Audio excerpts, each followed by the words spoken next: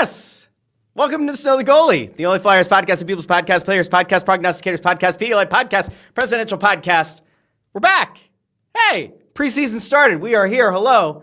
Welcome on into the show. I'm Russ Joy on Twitter @JoyOnBroad, and I'm so happy to be once again joined by Anthony SanFilippo, who you can find on Twitter @AntSanPhilly, but maybe more importantly, a great man, an all-time great. Number 6 in your program, number 1 in our hearts, rejoining the program after a very eventful summer, Bundy. Find him on Twitter @CTherien6. I want to go to you first, fella. How the hell are you? Doing great, guys. It's been a good start to the fall. Sports teams are all doing really well. Looking forward to the Flyers starting. Got the Phillies doing well. The Eagles with a great start to the season. And I've been doing well. I got a chance to go to Minnesota on the weekend to see my daughter and her husband, who plays for the Minnesota Vikings. They had a big win over Cincinnati, 48-10. So it's good, and I'm ready to get kicking again with hockey. We're 14 days away, I believe, from is it 14 days yesterday, I think, was the opener. So it's going to be pretty cool. Anthony, how are you doing? I'm doing well, man. Doing well. Been very busy, obviously, with the Phillies. Yes. But things are going well. And I was over at training camp the other day. I got to spend a little bit of time with the boys. It was good. I'm looking forward to the start of the hockey season, even though it's going to cross over with playoff baseball for a little bit. We'll see how long that happens. But it'll be good. It'll be good. I'm actually really excited for this hockey season. There's a lot of good stuff coming up ahead. And I got to tell you, Rob, I think I still say this. I said this the last time I think we did a show. I think we might need to get some new video in the open because we're all a lot older. Are we? We're all looking a lot older. You think so? Currently than we do in that open video. Like you look like a young buck in that video. And Bundy and I got less hair. Bundy's a little bit more gray. Like we gotta go a little bit. We gotta age the show a little bit. It's time. Well, I mean, I will say just really quickly. I mean, I technically look older because now I technically am older because yesterday was my birthday. Yes, happy birthday. Yes, happy birthday, And Russ. Bundy, I saw Bundy posted on Facebook. Very sweet of him. I don't remember if Anthony did, but Ant wasn't on Facebook yesterday. sad. That's All those years, Bundy, all those years in the trenches, all those years sticking up for the guy. Can't even wish his pal a happy birthday, but Bundy I just did publicly. Bundy is a great man, salt of the earth, mensch of the sench. And I don't know where we want to start here. Obviously, we have the passing of Bernie Parent that we want to talk about and reflect on. Video Guy Amadeo, I'm going to give him a shout out today. Video Guy Amadeo told me, I don't know, like weeks ago, that he was going to be going to Florida with the family, and I totally forgot. So on Sunday, he's like, hey, don't forget I'm out this week. And I was like, oh, okay, not ideal. And we found out about the passing of Bernie Parent, and I said, hey, before you leave, could you clip up a few things from like some old interviews that we did with Bernie on the show? And wouldn't you know it, Video Guy Amadeo, like a bona fide stud, worked up clips, shorts across all platforms. Lovely gent. And so people have been seeing that stuff all week. And I guess we could start there. We have to get to talking about the team, about what we're seeing in net, on the ice, all that. And I've been told there may or may not be an announcement that Anthony has to make on the show at some point during the show. So I don't know where you want to start. There may be. Why don't we start with Bernie? I mean, in all honesty, it's the right thing to do. Absolutely, start the show with a Bernie tribute. I was away when the news broke. Matter of fact, so it was my anniversary on Sunday, and Maria and I were up in Niagara Falls, and she had never been. I've been there many times, but she had never been. So on Sunday, we were down. We were doing the thing called Journey Behind the Falls. Basically, we were down in these tunnels behind Niagara Falls. It's like this little tour thing that you do, whatever. There's zero cell reception down there. Zero. And so what you do is you do that, and then you kind of walk out first of all, you go behind the scenes, and you're behind the water. It's really kind of cool. And then they take you around like just to the side of it, and you're on this deck that's like out in the open, but you're maybe 30 feet from the closest side of the falls coming down. Very powerful. You get soaking wet. It's pretty cool. It's pretty awesome. Well, as soon as I stepped out onto that platform, my phone, which is in my pocket, starts buzzing out the wazoo. And I'm like, all right, I'm just getting some updates. Well, I figured it would be over in like 30 seconds, except it kept going and going and going and going. And so at one point I said to Maria, I said, I got to pull out my phone and see what the heck's going on. And that's when I found out that Bernie had passed. And it was a pretty sad moment because, you know, we got to know Bernie pretty well, but Bundy, you've probably known him better than all of us. But I've known Bernie, you know, 20 some years as well. And it hit me. It hit me because the guy was just a gem of a human being. Like, aside from the fact that he is a Mount Rushmore player in the city of Philadelphia's professional sports history, and brought the 2 Stanley Cups to the city. Aside from his Hall of Fame career, he was just as nice a human, a nicest person as there was. He showed up at everything. He was happy to be always smiling, always shaking hands, always posing for pictures, and great stories. And he was just one of those people that got it more than anybody else in sports. And so, like, that one hurt, and it hurt more because you didn't know it was coming, right? Like, it'd be different if like he was sick and you knew that, it's any day now kind of thing. Like, you kind of prepare yourself for it. This one kind of got you because you weren't prepared for it. And he was active right up until the last minute. Like, he was active on social media, active that past weekend, right? Like, it's very, very difficult for the Flyers family and the hockey family to lose a legend like Bernie that quickly, that suddenly. Yeah, it was. I found out too. I was in Minnesota, actually on the field at the game, when I got a text. And they just kept coming through for about an hour after that about Bernie's passing, and I was devastated because he was such a happy-go-lucky guy, larger than life. He treated everybody and made everybody feel as special as he really was as a human being, and that's something that I don't think anybody will ever forget. You could see regular fans that weren't alumni or had a close relationship to Bernie, with their pictures, posting pictures and their thoughts and emotions about Bernie. And you know what? Every one of them was just so positive. He took pictures of everybody, always flashing those 2 Stanley Cup rings. The best story I have about Bernie Parent, we were in London, Ontario, probably, I'm going to say about 2012, when the Flyers used to go up there and play. And I was doing radio, and the Flyers flew up charter on the day of the game, and they were going to fly home after. And Bob Kelly and Bernie Parent were in London, Ontario, doing ambassador work that whole week leading up to the game. It was a big production. The Flyers were playing the Leafs in London, Ontario, sold-out building, and those guys were there that whole week doing their work and their ambassadorship job for the Flyers. And they said they were driving home after the London game in a car. And I was, of course, on the team charter.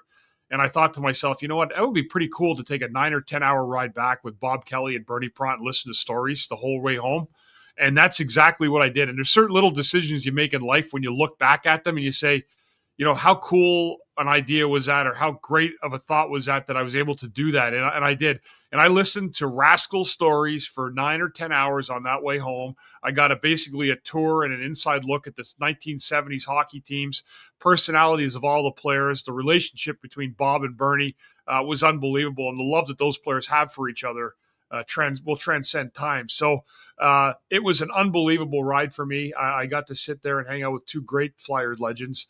But Bernie was obviously at the top of that list in terms of, a guy that was somebody that was so special, so unique as a player, but he gave everybody that amount of time that you wanted to have. And he made you feel, as I said, he made you feel as truly as special as Bernie really was. So he's going to be missed. I mean, he was at a lot of events. He was at a Flyers caravan last Friday down in Delaware with the Flyers alumni. I couldn't go to it, as I said, I was away. But as Anthony said, he was involved with a lot of stuff right up until his passing, and it was always great to see Bernie. Even he'd show up with a sore back. He showed up at the alumni golf tournament. He couldn't play, but he had a smile on his face, and he lifted joy to everybody that got a chance to speak with him, as he always did. So. Sad to see a guy go like that. And I think you said it well, Anthony. Why did it have to be so quick and so sudden? You wish you could have known something was wrong and had a chance to say goodbye to Bernie properly. But I think everybody will carry such great memories in their hearts and their minds of the stuff that he was able to provide for them that I think that will also transcend time. He was a gift to Philadelphia. He was a gift to the hockey world. And I think anybody that came across that's going to be able to tell a great story about Bernie Parent. R.I.P. to really the GOAT. I mean, he was the GOAT as a person. He was a GOAT as a player. And he will be sorely, sorely missed. So, Russ, before and you're muted, by the way, anyway. I don't know why. There we go. Because I was working on something over here. But yeah. Before Greg Bondarenko put this. Before you put the video out, I did want to share a funny story for Bernie. And I actually wrote about this, but this was kind of funny. So, about that was 12 years ago or so, when the Hockey Hall of Fame was inducting Fred Shero into the hall posthumously. Ed Snyder had decided he was going to bring all of the Broad Street Bullies to Toronto for the event, right? And so we were all going up there. I was a team employee at the time, and I had a day off before the event. And so I had driven down to Niagara Falls just to go to the casino at the time. And I did pretty well in the casino. Like I actually had a really good night at the blackjack table. It was a pretty good day for the kid, right? I did really well. So we go back up for the celebration. And then afterwards, Snyder has a party. He rented out this restaurant and had a party for all the Broad Street Bullies. And there I am hanging out with them. And I'm feeling myself a little bit. And I start bragging about the fact that I won this money the night before. And we're telling some stories, and I was talking about the story that was told to Joe Watson years ago about it was a playoff game, and there was a timeout on the ice, and Bernie called Joe over, and Joe thinks he wants to talk strategy, and Bernie says to him, Joe, I think tonight I'm going to have 2 slices of the pizza, right?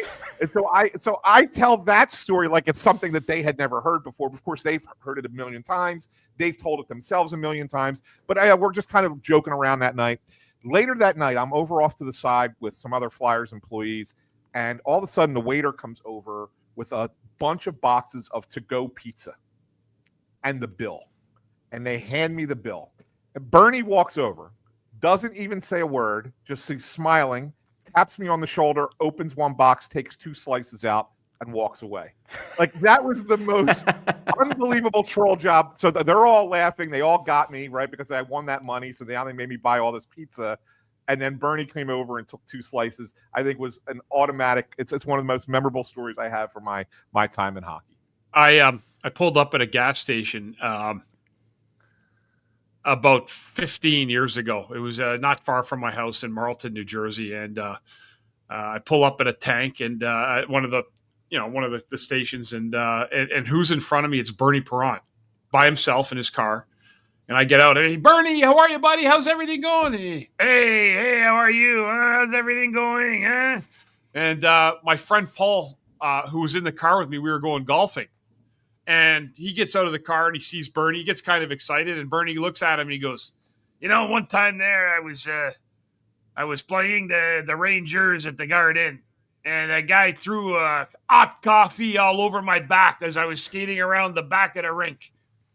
And the more I look at you, I think you might be the fucker that did it.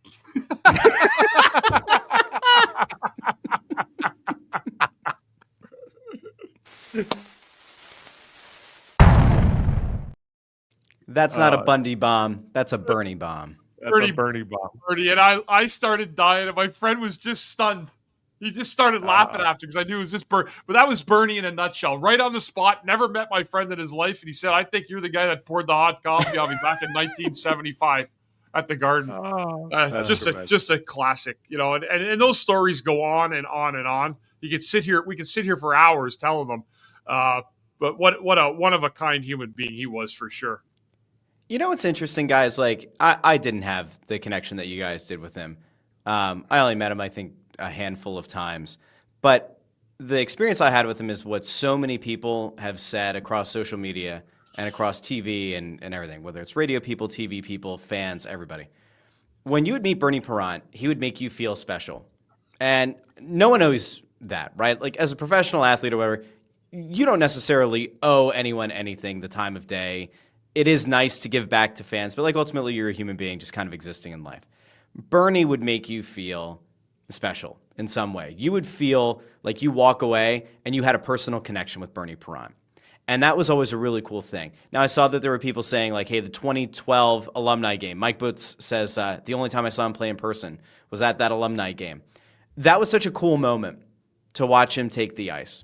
I go back to one of the times that we met him and that he was on the show. And just for the positivity and the warmth that he brings and the quick wit.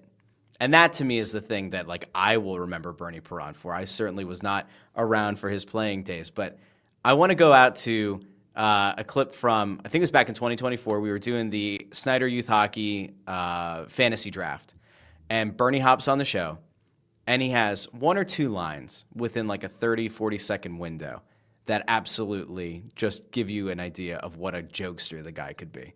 So this is Ant setting the stage of the last time we talked to Bernie had been a year prior at Puddler's Kitchen for the Glenn Macnow beer event. So here's Bernie Perron. It's good to see you. The last time we had you on was at the Jonesy beer event at Conshohocken Brewing Company. Wow. And that was it was good to catch up with you then. That's a long time ago. Jesus was alive. Season flew. Jesus was alive. All right. And there's another one. Why though, Bern? Because that was like the first 10 games, and now the season's over. It's like, oh my God, that was so fast. Oh yeah. Life. You have to enjoy. Life goes by fast, man. Yeah. Yeah. Got to pick. Let us turn for your beautiful wife for the pick. Yeah. Oh yeah. And now, Ant, you're the one who sets up this next one. That's awesome. That's awesome. So how you doing, Bernie? How you feeling? With my hands. Yeah. How are you feeling with my hands? I mean, geez, like 45 seconds, and then you tell him to go across the street to the comedy club. What a good guy. Going back and listening to that interview, that appearance on the show, is equal parts wonderful and soul warming. And then there's also this like really sad moment in it where he talks about like wanting to live to 95. And so I think that we all probably could benefit from the advice that he gave early in that clip, which is life goes by really quickly. Like you have to appreciate every day you have. And I think it's probably safe to say, guys, that Bernie lived a very happy life. He lived a very meaningful life, and he left a very positive impression on thousands and thousands of people. And it's also pretty important, I would say, contextually, for a guy who played in the 70s to have made the kind of impact he has, where you look at people who are my age and even younger who say, all right, all-time Philly athletes, all-time Philly personalities, all-time Flyers. Bernie Perron's name is still brought up. None of us watched him play live, and yet he has done so much and been so out in the community and present and such a positive light in this Philly sports sphere that he has become synonymous with Philadelphia sports. So it's a pretty awesome legacy I think he leaves behind. Yeah, no doubt. Larger than life, larger than the game in a certain way, which is almost impossible to do. There's only a handful of players who could have that. Bernie's one of those guys. Maybe there may be 10 in the history of the game that can command that. He's one of them. Yeah. Agreed. All right, so we send our very best to Bernie's family and his friends. And Jenny, his wife, of course, and who's I just got a text from Jenny this morning. I texted her when I found out about Bernie, and she's probably been spending most of the week getting back to people, but I just heard back from her today, and very grateful to get the message. She's such a great lady and a great couple, and I'm thinking of her. My thoughts and prayers are with Jenny and family right now. All right, now we don't have a good way to transition. All right, we just don't. But I will go from the idea of somebody who played for the Flyers in the past, and we did get a super chat here, Bundy, and it's directed at you. And so we're going to keep that theme going until we talk about the current team. Sinister dropped us a super chat in Canadian money. Thank you, Sinister. Says, Bundy, could Desjardins play in today's NHL? I'm asking because lots of defensemen couldn't translate due to the rule change after the lockdown. Yeah, he'd be a star in the league just the same. He wouldn't get hit like he did. He wouldn't be as physical as he was. Yeah, he wasn't physical. That he wouldn't be out physical on a nightly basis, because he wasn't the biggest guy in the world, but he was slick then. He'd be even slicker in this league today. He'd be a star defenseman in this league without a doubt today too. All right, now. Yeah, I don't think there's any doubt about it. that takes us to the current team, because I think there's a question of whether or not some of the guys on this team are capable of having their games translate to the NHL. And there are a bunch of spots on this team that presumably seem open, Ant. We've now seen Tyson Foerster shed the no-contact jersey, which is a good sign. Good sign that he could be ready early in the regular season, it seems like. It doesn't seem like anybody's talking about him suiting up here in the preseason, but maybe that second week, I think is what Danny had said most recently. You have a guy in Nikita Grabenkin who's made a pretty good impression. That even goes back to the rookie games, and it seems like he's been building some chemistry with Mishkov. Speaking of Mishkov, we're seeing a lot of footage coming out of camp, and Ant, you've been down there a couple of times, I think, of Zegras and Mishkov spending extra time on the ice together. So I wanted to kind of get, from your perspective, being down there around the team a bit here during the preseason, what are the vibes around the team? What's the vibe around Mishkov? There was also a quote Couturier kind of put out there about, he's clearly the future of the team. How do things kind of look from your vantage point right now, specifically around that Mishkov, Zegras, even Grabenkin crew? Well, I'll tell you, the vibe is pretty good. I mean, the everybody down there is really kind of excited about the way things are with Tocchet and the way he operates and his coaching staff operates. So the players are really into it, and they're really excited about getting into the season. So that's a positive. That's certainly a good thing. There's any kind of frustration that they may have had at the end of last year doesn't seem to be there, right? There seems to be a lot of positivity. So there should be, fans should be excited by that. And it was interesting.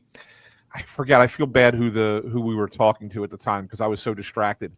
I believe it was. I forget who was even talking at the time. It was one of the players was in the press room on the podium, and we're sitting there talking, and I'm kind of looking out the window to my left because Mishkov and Zegras are down there doing no-look pass drills to each other, and I was like just fascinated by this because this is what was happening while we were talking to Noah Cates, I believe it was at the time. That's who it was, and I'm just kind of like distracted the entire time. And at the other end of the ice, you had Sanheim and Drysdale doing some stuff as well. They were the only four players left on the ice after practice, but I was really focused on Mishkov and Zegras, just really kind of making skill plays with one another. And you could see like Mishkov's doing like looking one way and passing the other, and Zegras cutting to the net and tipping the puck in. Like, so they're just working on timing things. And, that's kind of a really cool thing to see that kind of creativity is happening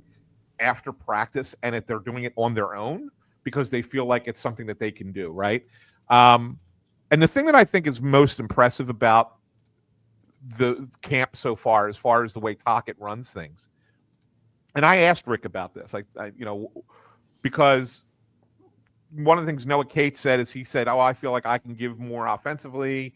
And then, obviously Tyson Foerster was saying the same thing. He feels that there's another level for him as well. And I asked Toc about it, and he said, yeah. And he said, it's because I don't like teams that are robotic. Now, I don't necessarily know if he meant that as this team was robotic last year and he's trying to change that out of them, or that he just means in general, which I tend to believe it was more the latter, but you can never assume. You can always, there could always be something else to it. But he says he doesn't like teams that just believe that they have to play their structure and play their system and never branch off from that. He said 80% of the time you should be doing that. He said the other 20% of the time you should be looking for opportunities. And he said, in other words, the puck doesn't always have to go low to high, crash the net. He said, what I want to see guys do is that sometimes you have the space down there when you're down low, just take it to the middle. Just go to the middle yourself, right? And make a play there. And get creative and let the other responsible players, say, hey, all right, this guy's going for that. I'm going to go for this. I'm going to, cover on this backside. So all that stuff needs to happen. And he's trying to make that a mindset for this team. He's trying to get them out of the routine of we have to do it one way and one way only. And he feels that doing that will unlock some of the offensive ability of some of these players. And so like that's something that I think is really important for this team to take that, the next step forward to becoming a, really competitive team. Everybody wants to believe that they can add more offensively, but sometimes it's just hard to add more offensively. You could say, like, it's one thing to say it, it's another thing to actually go out and do it. Because I've heard lots of guys over the years tell coaches, I have more to give, there's more in me to give offensively, and there really isn't. That's the thing. You kind of hit a plateau. I do think Noah Cates, who went on a nice streak last year, is a guy that may be able to provide a little bit more offense with the good defense that he provides for this hockey team. But I do think that I don't know if – I mean, they were a robotic team under Torts, when you really think about it. And I think Talk has probably seen some of the trends that dictate that from what he's seen in training camp so far. You want guys to be able to recircle around the puck, to go up high again when a guy's pinching, or when there's to make sure you have proper support. Those are all super important parts of the game of hockey where you're not getting outmanned in small spaces on the ice, and you have to have that extra layer of defensive presence no matter what you're doing. And I think that's one thing that Rick Tocchet's going to do. He wants guys to be open and loose in terms of their ability of what they want to do offensively, but you can't sacrifice that for the defensive side of the puck. And that's going to be something that he's going to make sure that guys are really, really on their toes with. If you're going to get up the ice, if you're going to take that extra chance, you got to make sure that there's support. You got to make sure you're doing the right thing with the puck. I love about putting the puck into the middle of the ice, making quicker plays at the center of the ice. I think is going to pay dividends for this team, because I think that was one of the areas last year that they did not attack enough, was the middle of the ice. I think they got around playing too much perimeter hockey. And if you shoot a guy to the middle, stick on the ice, you can create a lot of traffic in and around that area. That's why the Florida Panthers win Stanley Cups. They play in the middle of the ice between the hash marks, and they do it as well or better than anybody I've seen do in a long, long time. So those are little things I think that the Flyers could pick up from. But I would be very careful as a coach when a player tells me that there's more offense there. I have to see it to believe it, and then learn to build that trust into it as well. I guess, the real question here, guys, is, in the offseason, when the Flyers went out and they got Zegras, obviously the thought was he's going to play center. And then it felt like there was a little bit of hedging going on about, like, well, he's got to be a 200-foot player. He has to understand the responsibilities of playing center, or he might end up playing wing.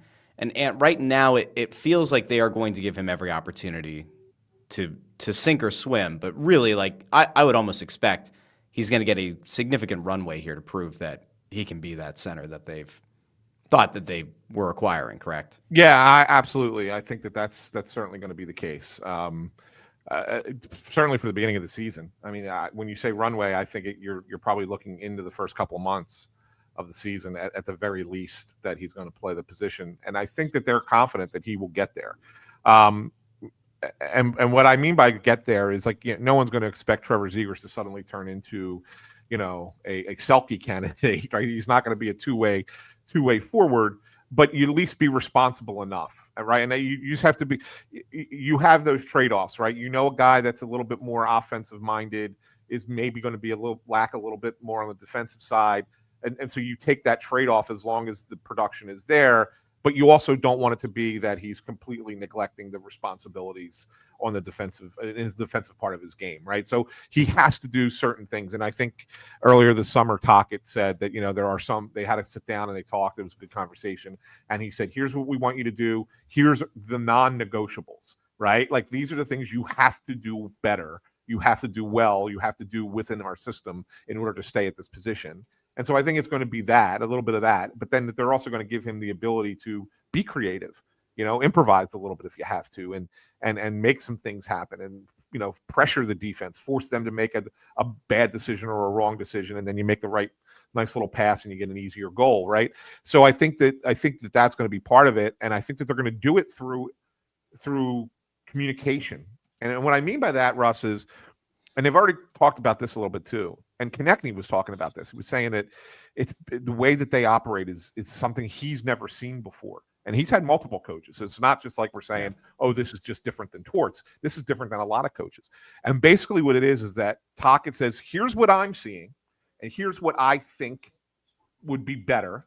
But you tell me what you're seeing, and let's have a conversation about it and make a determination together as to what the best way of going forward is. So the players have a little bit of ownership and input into the decisions that the team is going to make, and that once that, and then they make a call collectively, and then you follow that, right? You follow that, and it could be the player could be right, not the coach, right? And that could be the case. And Tockett's really open to that. He's really open to the players having that input. And so I think that the players, when you have that input, you feel like you have more ownership of what you're doing. And so therefore you're going to be more likely to come through and play it at your highest level because you have that ownership, and it's not a detachment from the separation of coach and player. So I guess the question here is whether or not it's going to pay dividends. And the creativity that this team feels like they might be able to have under Tocchet. Couturier had a quote yesterday or 2 days ago where he essentially intimated that when it comes to the power play, he thinks the power play is going to be better because it felt like last year guys were worried that if they made a single mistake on the power play, they were going to get yanked off and not have their time. It feels like Couturier has taken a lot of shots at Torts in the aftermath. I would also point out the fact that he was pretty vocal while Torts was still here, especially in the last year. There is something to be said for accountability, I guess.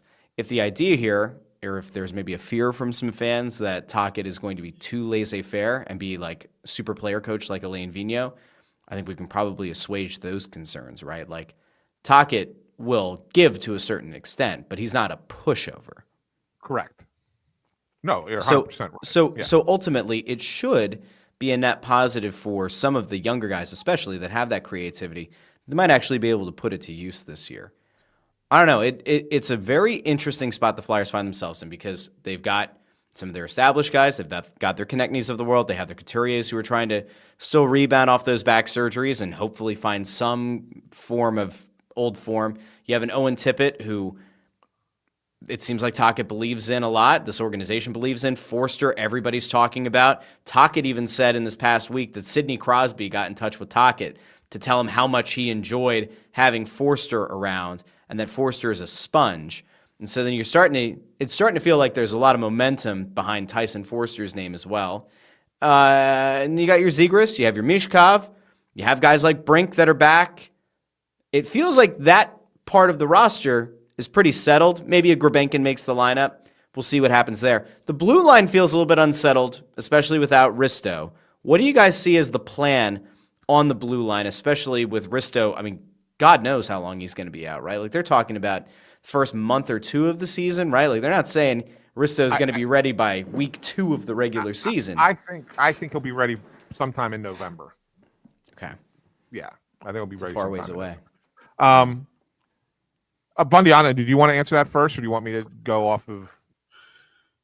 No, I think with the defense, if you look at the roster and you're just doing a pencil to paper type of thing, I think that the Flyers defense is going to come into question early in the season. I think there's going to be people that are going to try to expose them based on some of the past trajectory of what this defense has been. There's guys that have taken strides. I think one of the big keys for me this year is going to be Drysdale. I think he absolutely has to turn the corner somehow, some way, make better decisions with the puck, be a better all-around player. Again, he's not going to be a world beater in his own zone because he's not big enough to be, but I do think that he can be a little bit more like a Duncan Keith, who used to defend relentlessly with his stick and his body positioning, but also made really strong offensive plays. So let's see what Tocchet kind of given him a little bit of the reins as the number one power play guy or that power play quarterback that can kind of settle things down. Let's see if that gives a guy like Drysdale some confidence to come through it. But they're going to miss Risto to start the season, but that can't be in their line of sight in terms of any excuses. They're going to have to come out and have a good start to the season. Sanheim is going to have to be their best defenseman, and he's going to have to look like that most every night. I think to start the season, especially till they get healthy and get that veteran presence back on defense with Risto. But I do think there's other younger guys that have to continue their development forward because right now, based on the defense and certainly the goaltenders, those are the question marks for this Flyers team right now as we sit here. And do you see Tocchet going? Go ahead. And then I just want to answer Daryl's question. Yeah, he had a ruptured triceps tendon and needed surgery back in March, which they felt like would be about a 7-8 month kind of recovery. Yeah. Okay.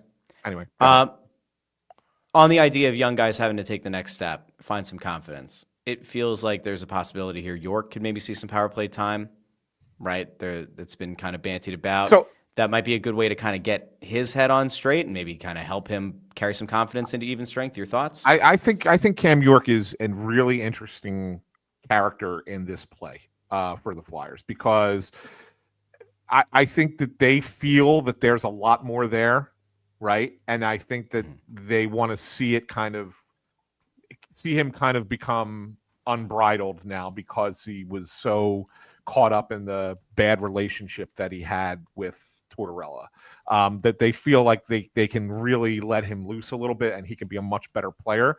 They think he's a much better defensive player than they originally thought he was going to be initially. He's better in his own end than they thought he was going to be, but he hasn't provided the play in the offensive side of the zone that they thought that he was going to do. So I think that it's kind of been like he's been a disappointment where they thought he was going to be good, but he's been better than where they didn't think he was going to be good, right? So I think that they want to find him. They say, okay, well, that's a positive. Let's get him to where we think he can be. And I think that they're hoping that will come out now, again, with better coaching for him, better relationship with the coaches. So I think he is the most integral factor. Yes, Travis Sanheim needs to be the best defenseman. There's no question about that. But I think where York is will allow you to determine where everybody else falls in line in this, in the defense with Jamie Drysdale and Nick Seeler. And it's going to be Helge Grans probably to start the year to replace Risto. I think he's got a leg up over both over Zamula, over Ginning, over the guys that they brought in, Gilbert, Juleson, all those guys. I honestly think it's Grans that will get the first look in the top six as a right shot D. So I think that that's really what you're looking at. And then, the number 7 defenseman, somebody's going to get claimed off waivers, because you got both Ginning and Zamula who would have to go on waivers. I think if you put either one of them on, somebody else will claim them. So they're going to lose somebody on waiver wire. It's just a matter of which. And I think one of them ends up. Where do they sit, Anthony, with the oh god, I got a brain cramp. The small stature defenseman that got up here and played last year. Emil Andre, yeah. So here's the thing with him, Bundy, is that so they like him and they like what he does, but he has lacked consistency. And Talk was talking about that the other day. Talk was talking about how Andre needs to play more consistently. So they see things that they like, but it's just not enough consistency. And so you couple that with the fact that you already have some smaller defensemen in York and Drysdale, and you can't envision a way to have all three of them in the lineup together. So I think Emil Andre is once again going to start in the AHL. Not because he's not an NHL caliber defenseman, but he's not at the level he needs to be, and he's small. So like maybe if he had some size, you could probably get through the inconsistencies in his game at the NHL level a little bit. But because he's a smaller player, I think that they don't want to run that risk of having a bunch of small D on the ice. So I think he's going to start the year at in the AHL, and they'll figure it out. I mean, he'll probably be one of your first guys that you call up, but I don't think he's making the team. I really don't. That leads us to the net. Yeah. It is a clusterfuck. Let's call it what it is. And I know that it's early and I know it's the preseason, but it is an abject disaster right now.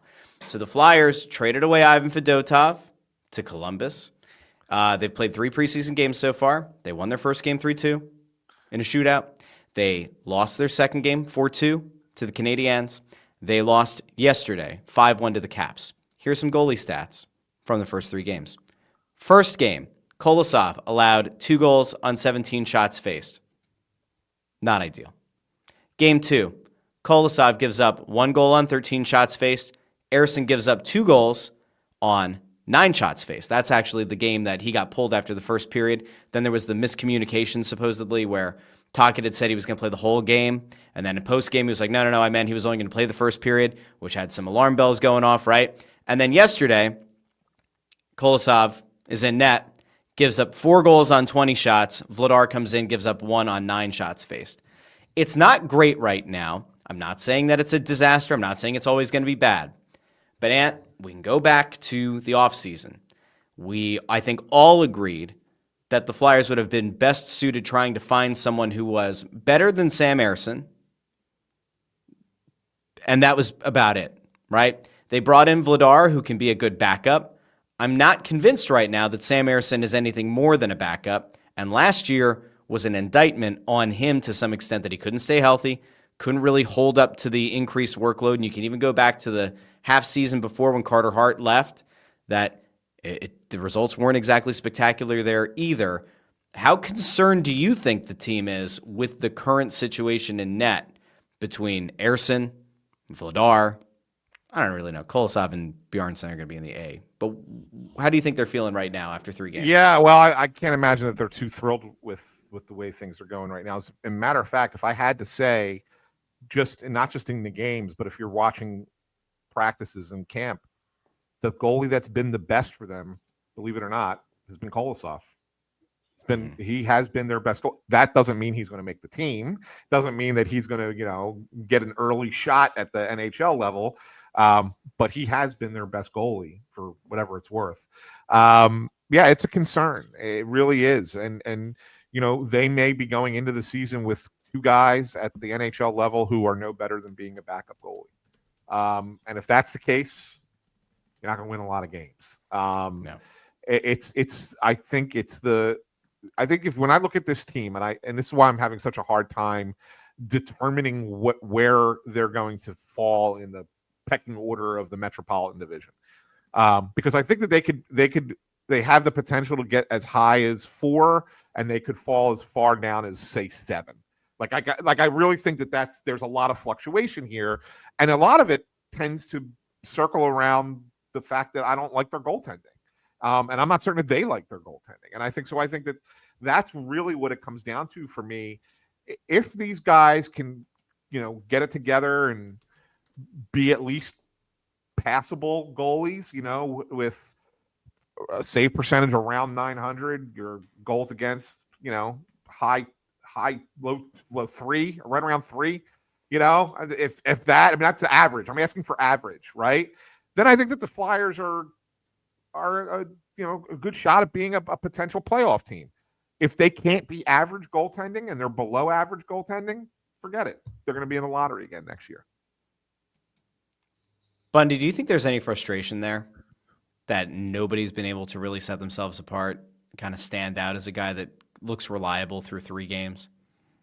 Yeah, I think so. I mean, it is early. I mean, you're going to be able to look past some of this a little bit because it is, but it's a concern because, you're letting up 4 goals one game, 5 the next game, and then, those are going to be the stats that you look at. So I don't know really, how you gauge this moving forward, but is it a concern? Yeah, it's a concern. It is. I mean, and in terms of the way it looks like it's slotted, it looks like it's going to be Ersson and Vladar as your 2 guys. I don't want to play another 3 goalie musical chair again. I don't want to do that this year. I don't think they will. I think this is one here where you have to go with what you've got, and there's really no other choice at this point. I mean, you've got to ride those 2 guys out that you have. They both have the most NHL experience, but they're going to have to be better than what they've been. I mean, Ersson's going to have to find a way to get his save percentage up over 9. He has not done it to this point in his career. That'll make a big difference. Your goalie's got to win you 1 out of every 7 or 8 of your wins. When your team's not playing good, your goalie's got to be the one that's got to be able to have the spine to bail the team out. And that's the way it's always been, no matter what with goaltending. You have a goalie win a playoff game. And that's usually what happens sometimes when your team doesn't have it that night. You need your goalie to step up. And I don't think that we've seen enough of that here yet in Philadelphia with the goaltending duos or trios that we've had and seen in the past couple of years. So they're going to have to find a way to steal a game once in a while, and that's going to keep the Flyers in the standings or at least help climb the standings when needed. Here's the problem, right? So if you look at Ersson's stats, like year over year over year, if you want to call it, like his first year, he played 12 games, 2022, 2023, 307 goals against, 899 save percentage. All right. 2023-24, that was the season where Hart was gone second half of the year, and his workload increased. He played 51 games, started 49.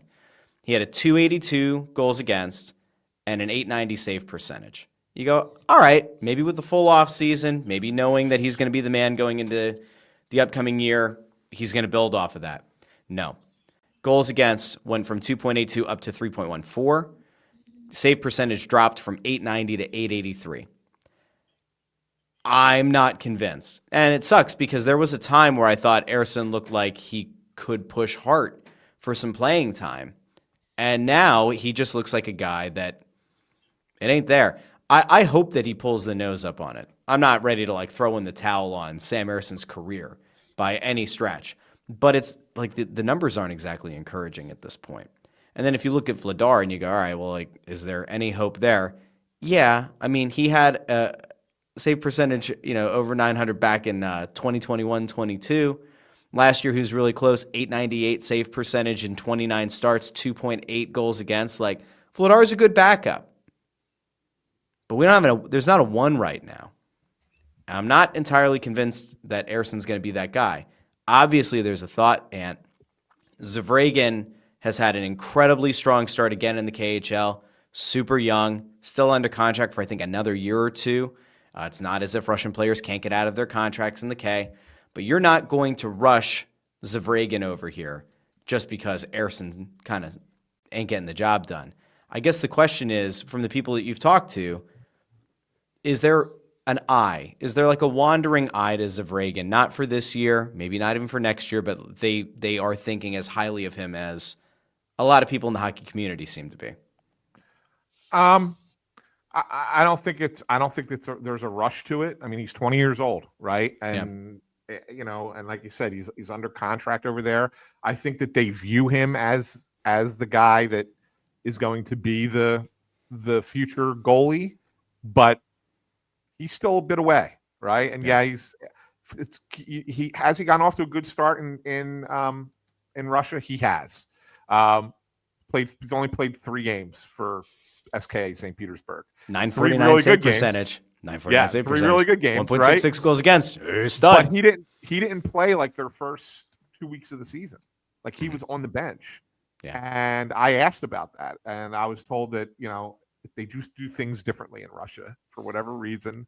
Mm-hmm. It's more about they're going to give veterans their time and benefit of the time, and he's just waiting for an opportunity. It's not like he was playing poorly. It's not like he said something and was being disciplined. None of that. He was just sitting, waiting for his opportunity. They don't believe in just playing those guys, right? But ultimately, I think that, yes, he's going to be the guy that they want to bring in here. It's just not going to. Don't think it's going to happen this season, later this season, end of the season. Try and get him out of that contract. Like, I don't think that's happening. So they're going to have to point, though, Ann, with this. This, let's just say hypothetically, it's a rough start. We've looked at the schedule before. The start of the season's hard. It's going to be, it's murderer's row. If the forwards are producing, if the defense performs around what you would expect them to relative to the talent they have, but the goalies are just dog shit, or Ersson is like vastly underperforming, Vladar is doing what he's supposed to do as a backup, how long into the season do you think this could go? If the forwards are performing, defense is kind of up to snuff, how long can you see Danny sitting back and saying, yeah, we're going to just keep rolling with this before they consider making a move? But what move are you making? That's the thing. Well, I don't know. Could it be jostling Ersson and Kolosov? Could it, like, if Kolosov plays well in the A, could we see him get some time up here? Like, are they gonna play that rotation game again? I don't know. So the one thing to keep in mind is they're also trying to develop Bjarnason, right? And so they don't want to throw him to the wolves in the sense of you've got to play a bunch of games in the AHL. They want him to kind of be the backup this year, take his time, work his way in, see what professional hockey's like. It's a little bit different than what he's used to, right? So that kind of thing. So unless there's an injury or someone is absolutely awful, I don't think Kolosov's going to come up. I think there's a possibility that he does at some point, but I don't think it's just going to be because, hey, these guys aren't playing great. Let's call Kolosov up. And then because that impacts Bjarnason, right? And I think that's how they're looking at it. They're looking at who they want to develop properly, and they don't want to hurt that player, right? Even if it means that they got to struggle a little bit at the NHL level. Now, could he go out and trade for a goalie that's available, or find somebody somewhere else? Yeah, I mean, you could possibly do that, but that's why I was underwhelmed by what he did in the offseason with goaltending. Like Dan Vladar is fine, whatever. I'm not knocking Vladar individually, but I felt like they needed something better than that, or at least something else, another possibility somewhere. So I don't know. We'll see. We'll see what happens, but I think that this is one of those conundrums that I'm not certain it is easy to resolve if it goes sideways. I think we're going to leave it there, guys. Anything else you wanted to get to from this current team? The only thing I want to mention is someone had asked, I forget who it was earlier, asked about Jet Luchenko. I just wanted to kind of mention that. Look, he's going to be part of camp here till the bitter end. I don't see him making the roster. And the Flyers would they prefer that they had the option? So there's this new agreement as part of the CBA between the league and the Players Association that would allow for teams, even this year, to put one player who is under the age of 20 on an AHL roster rather than sending them back to junior hockey. That would make perfect sense for Jet Luchenko this year. That's what the Flyers would love to do. However, the little codicil, the little asterisk, the footnote at the bottom of that agreement is pending the CHL, the Canadian Hockey League, Junior League, agreeing to this, which they have not agreed to this, right, at this point. Now, there's a lot of people who believe that this will be in place for next season, but not in time for the end of camp. And so, therefore, the Flyers will have no other alternative other than to send Jet Luchenko back to Guelph. And there's a real belief that hurts his development because he's playing in a league where he's too good for that league. And it's really not, he's not going to get better. And in fact, he may even develop some bad habits. Ooh. It would happen, right? Bundy, you could talk about this a little bit. Like when you play at a level that you're too good to play at that level, you maybe start doing things that are a little bit lazy, right? Because you can get away with it because you're better than everybody down there, right? Yeah, that's why they wanted to make that change and why they will make that change. It won't happen this year. It'll probably happen next year to allow that first-round pick to play in the American League. But, it's a tough situation for the Flyers because they have really nowhere else that they can send Jet Luchenko, right? If he can't make the Flyers right now, they're not going to thrust him into a situation that's going to hurt his development more down the long term by getting exposed. But at the same time, playing in the Ontario Hockey League for a guy who's got his kind of speed, has been a first-round pick, played in the World Juniors, you can develop some bad habits and play the game the wrong way because you're actually trying to do too much. And I think those are some of the things the Flyers have to be careful of. But at the same time, I just don't know what option they have. I mean, he's got to go back to Guelph. He's going to have to play a full season. He'll be back on the World Junior team again, which will be great. And hopefully he can make some strides there from where he was last year. He didn't play a whole lot in the World Juniors last year. But you can develop some bad habits. Unfortunately for the Flyers, there's not much they can do about this in terms of where they're sitting right now. He can't go to college because he's already signed an NHL contract, played in an NHL game. So they're stuck like that. So really, they're going to have to live with the fact that he's going to go back and hopefully try to do some of the right things and learn and continue to develop his game at that level, as difficult as that may be. This is where your development guys are critical. Right. I mean, obviously, you can't tell a coach of Guelph how to coach a player, how to play a player, but your development guys who are staying in constant communication with the player. So this is like what, when we talk to Johnny, this is what Johnny does. And this is what Patrick Sharp does. Right.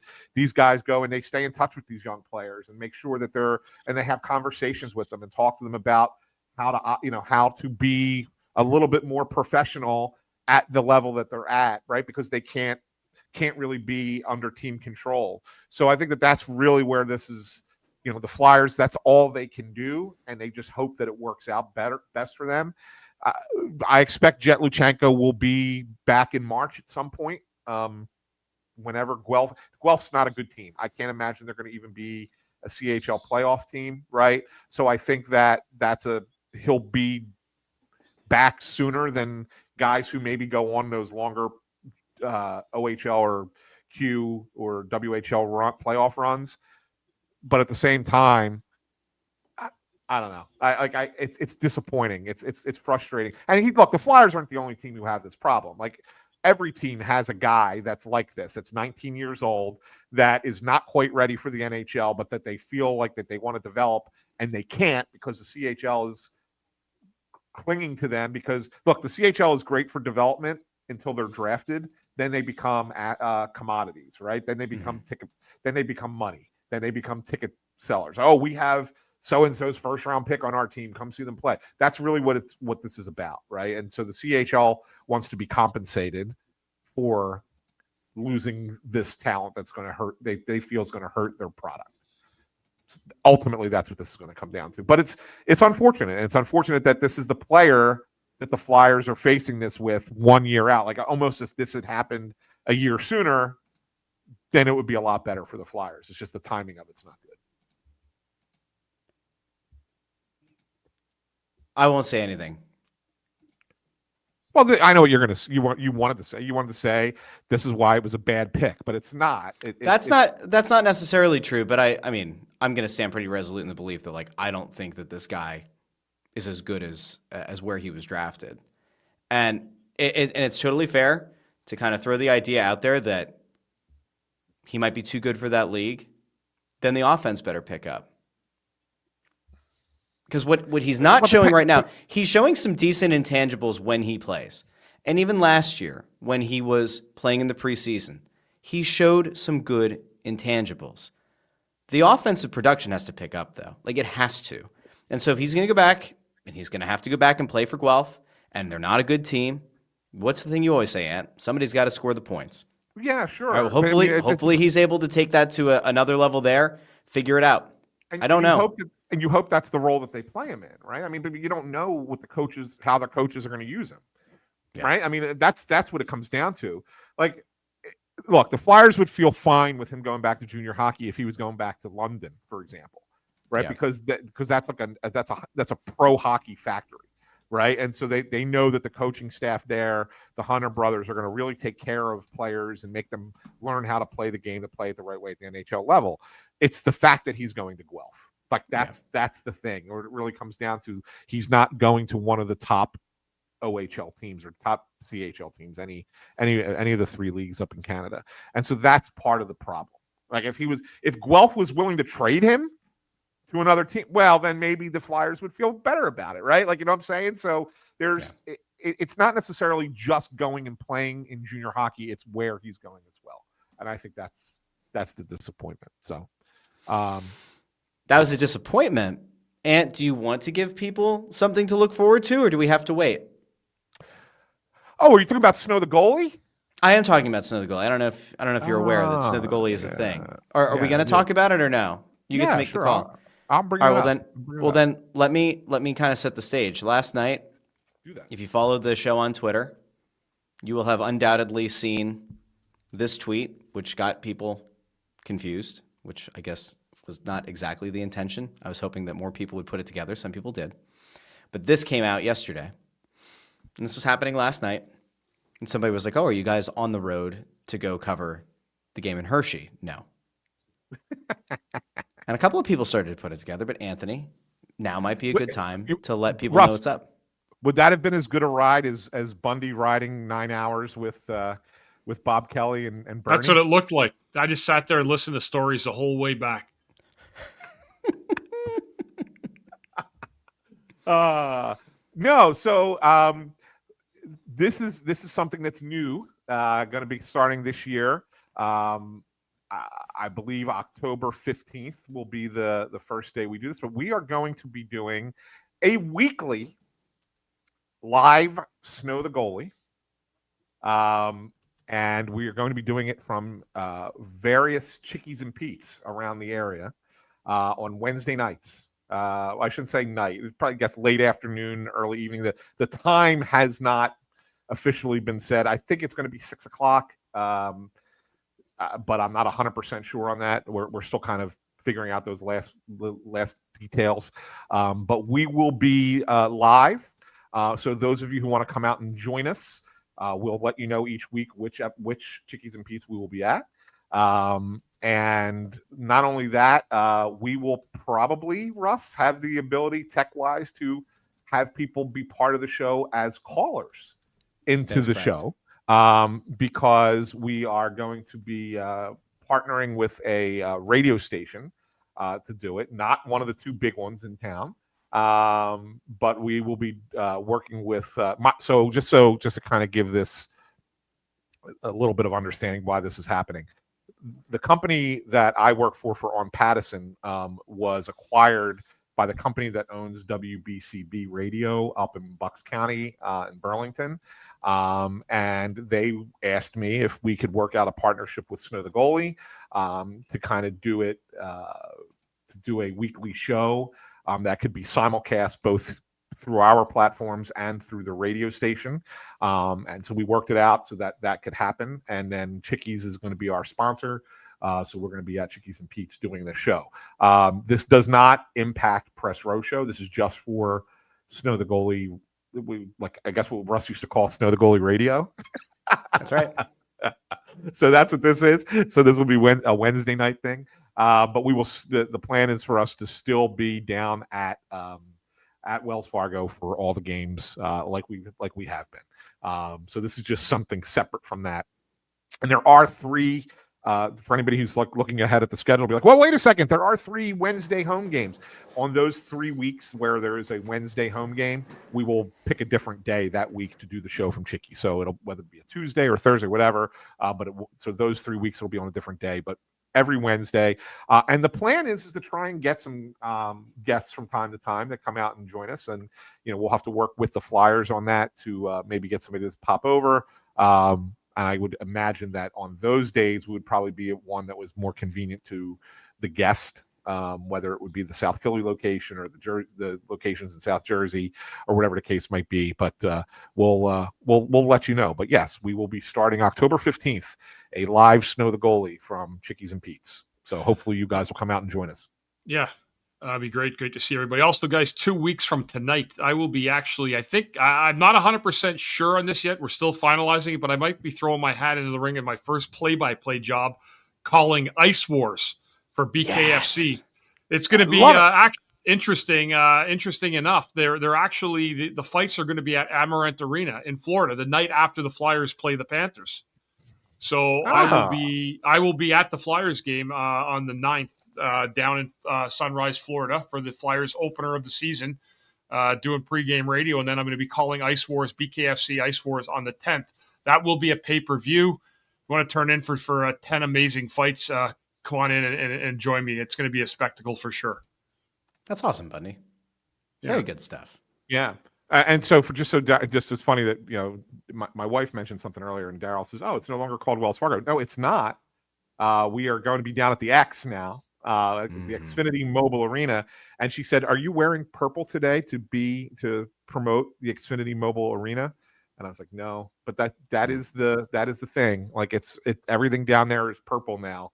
And we got to get used to calling it the X because it's no longer the Wells Fargo Center, Daryl. There you go. Well, anyway, I'm looking forward to taking this thing back out on the road, meet people where they're at, jump around, different Chickies. It's gonna be a lot of fun.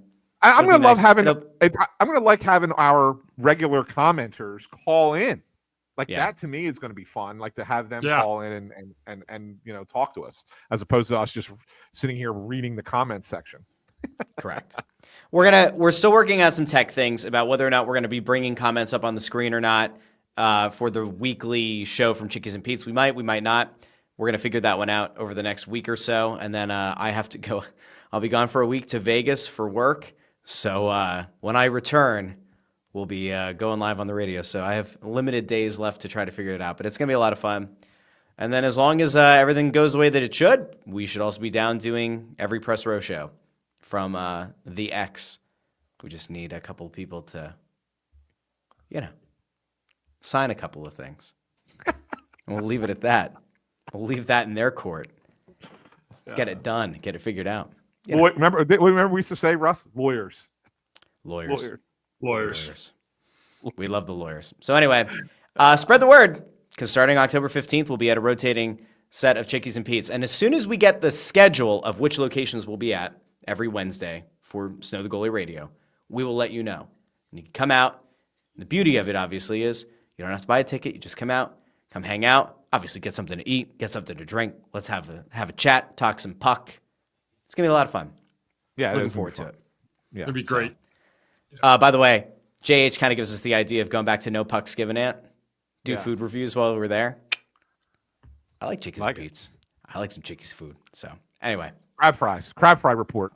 Absolutely. Crab fry report. No? Octonauts? No, you guys are young kids. Okay. All right. Well, on that, it's time to end. Thank you so much for joining all of us here on Snow the Goalie. Find Bundy on Twitter at CTerrian6 and on Twitter at AntSanPhilly. Find me on Twitter at JoyOnBroad. Support Bundy with Ice Wars in a couple of weeks. Support us when we get back out there. Play by play. Ant, are you play by play? Have you thought about some taglines there, Bundy, that you're going to use? I haven't. I actually called Jim Jackson the other day to get his thoughts on it and say, what do you think? He goes, I think you can pull it off. That was kind of encouraging, but it's not 100% yet, but it's certainly looking like that's what's going to happen. So I'll have some people with me though, working with me, but I've never done a play-by-play call. And you know what? I'm just going to treat it like I did when I broadcasted. Just make it like three guys sitting there calling a bunch of fights. Have fun with it. That's it. Bundy, what you have to do is if somebody gets knocked out and the ref doesn't stand in, you can pull an old Jim Jackson. No call. All right, well, Ant, are you doing a Fighting Words today? Is that happening? What are we doing? So, yeah, I'm probably going to have to do it solo, though, Russell, because Bob is closing on his new home today. Ah, good for him. It'll probably be a solo Fighting Words, unless you want to join me and we can talk Phillies. I don't think you want to do that. So what happened to Ant Jr.? Ant Jr. usually hops on. But he has a day job on a Friday, so unfortunately he can't hop on. But normally he does if we plan it in advance. So okay, I'll be doing my show this afternoon. You can go find the Russ Joy show. We'll probably rock and roll around 2:30, 2:45 like usual. So keep an eye out for Fighting Words. Keep an eye out for my show, and then of course go buy the pay-per-view. And listen to Bundy in a couple of weeks. I'll get you. I'll have the info in the next couple of weeks for the pay-per-view. I'll put that. We'll put that on our site. And in the meantime, you can drop some comments below and let us know what some of Bundy's one-liners should be on play-by-play. We need some excellent one-liners for him. So, all right, big thank you again, everybody who tuned in today to Snow the Goalie. Do us a favor, like the video, share the video, and subscribe over on YouTube. You can find this in video form as well over on Spotify. And you can find the show wherever you get your podcasts, Apple Podcasts, Spotify, Amazon Music, Pandora, wherever you get your podcasts. Until next week, this has been Snow the Goalie, the only Flyers podcast. We'll talk to each and every one of you very, very soon. Have a great weekend, everybody. Talk soon.